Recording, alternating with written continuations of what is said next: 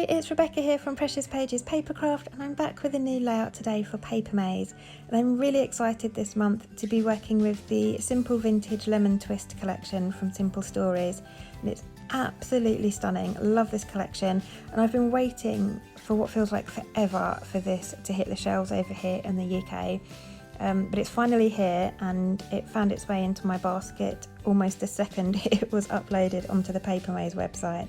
So really happy to be working with it this month. This paper here is possibly my favourite in the entire collection. It's called Happy Thoughts, and it's just beautiful. But for me, it's quite busy. And if you're familiar with my work, you'll know that I like white space, and busy papers like this just kind of terrify me a little bit, but this one was so beautiful. I just really wanted to use it. There was no other option. I had to just use it. So what I've done, I've cut it down to 10.5 by 10.5, and then I've made a couple of slits over on the right hand side, and I'm folding the edges back to reveal the B side. It's still patterned, but it's not as busy as the A side. So it just breaks it up a little bit. I'm going to go around, as I always do, and distress the edges of that, and I'm going to stick that down to my white cardstock. So although that only gives me a border around the edge of 1.5 inches, is it 1.5 inches? No, it's not, it's 3/4 of an inch, do my maths right. Just that little bit of white just makes me feel a bit more comfortable, a bit more in my comfort zone. I do try it here using one of the coloured bazils from the Matchmaker pack. I mean, look how perfect the colour matches on that. It couldn't be more perfect if it tried. But I just needed my white space. So that got vetoed, and I've gone back to the white. However, I don't like the way that those, where I've folded the paper edges back, I didn't like the way the white looked under that, and I felt like I needed a patterned paper in there, but something not as busy as that Happy Thoughts paper. So I've pulled out this turquoise gingham paper. It's the B side of the Sweet Life, and although it's still patterned, it's not as busy, so I can make that work. I'm comfortable enough with that. So I just cut 2 pieces off there, 2 scraps from a sheet I've already used. And I'm just going to back those kind of triangle areas with that patterned paper, and then it just makes me feel a bit more comfortable when it comes to embellishing. I'm also, you'll see in a minute, going to try and staple those folded edges back, and I have a right old time doing it because I'm using a really small stapler and it didn't quite reach where I needed it to. And I've got a bigger stapler somewhere that if you open it out, you can just kind of thump it down on the desk and it will staple for you, but this one didn't work like that. So you'll see now I end up having to kind of fold my layout over so that I can reach the area I need to get to. Bit of a faff, but I do love the way it looked, and it's just a bit more of an interesting way to add some texture and to keep those folds in place.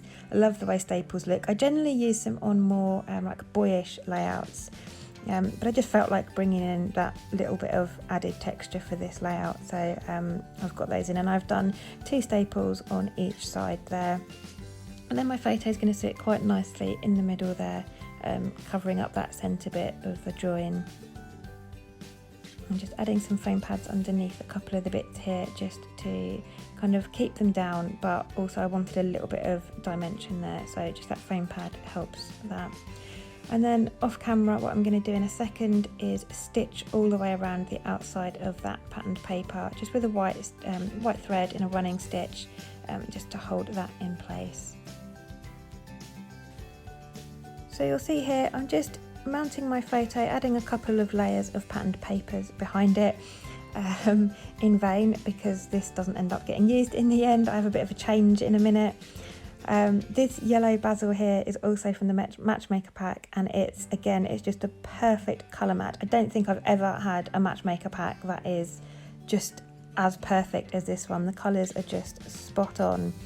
I don't know if that's the way Simple Stories designed this collection, or whether Basil decided to release these colours.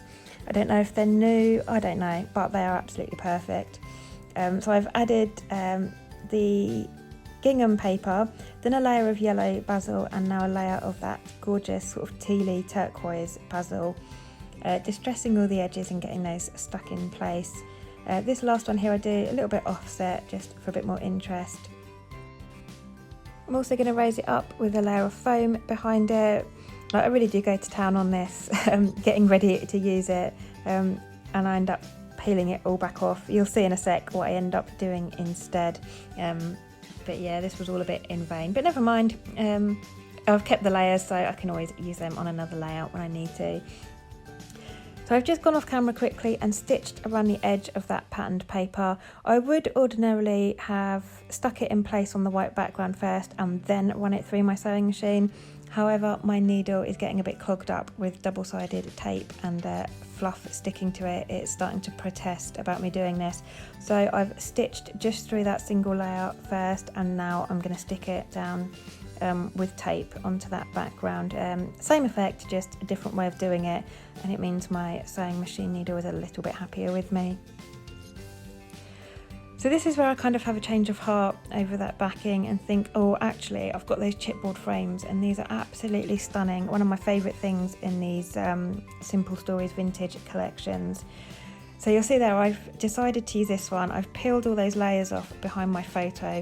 I've popped them to one side because I always tend to scrap my photos 3x4, so they'll easily fit another photo from a different layout.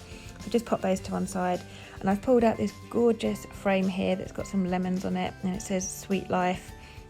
I thought that was quite perfect, so I've just got that stuck in place, and I'm going to use this instead, and it sits quite nicely in the centre there of those sort of slits that I made for the paper folds. So again, going back in with the foam on the back there, I'm pretty sure I'm going to stick with this idea now, so I get committed and get that stuck down. A little bit wonky, I think, but hopefully you won't notice by the end. And now I'm going to move on to embellishing. Finally, we are there. I've got, I think, all the embellishments for this collection. This is the bits and pieces pack. So I've pulled out that yellow butterfly there to sit on the top. I absolutely love this. There's so many cute little bits in it. These two kind of like tickets, they're just gorgeous. I think there's 3 in the set. I've picked out the 2 that say happy and the best, and again I've stapled those together just sort of for a bit of consistency, bring in a bit more of the staple detail. So I'm going to pop those underneath my chipboard frame. I'm now just making a tiny cluster at the top there. I've pulled out a little black tag from this pack and a little yellow heart, and I've also pulled out some little kind of like banner pieces, I suppose. One that says squeeze me, one that says love this most, and another that says happy day, and I really love those. So I'm going to sort of place them. I'm going to kind of have my embellishments cascading vertically down the page there, so some above my photo and some below. The pack you saw me pull out there was the bits and pieces floral pack. So I've pulled out a bumblebee from that I'm going to sit on the chipboard frame there over on the lemon. There's already one on the right hand side of the frame, so that works quite nicely to balance that out. I've also pulled out a turquoise butterfly to sit at the bottom.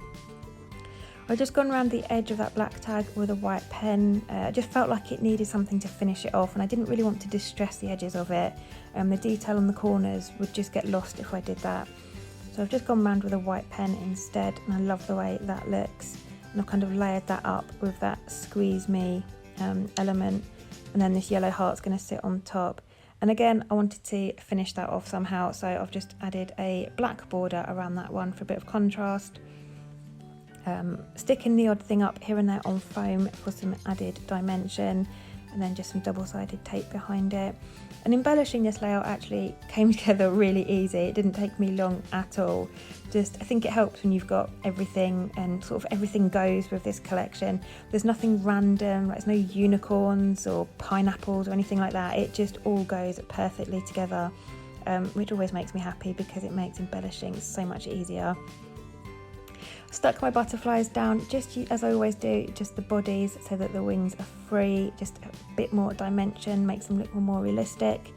And now I'm going to finish my layout off with some white splatters, just to add some more interest really, just to break that background paper up a little bit more. And by adding the splatters all around my photo, and over the embellishments, it kind of helps to draw the eye to the photo which sits in the middle of all those splatters.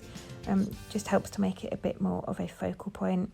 And I'm pretty certain that is me done.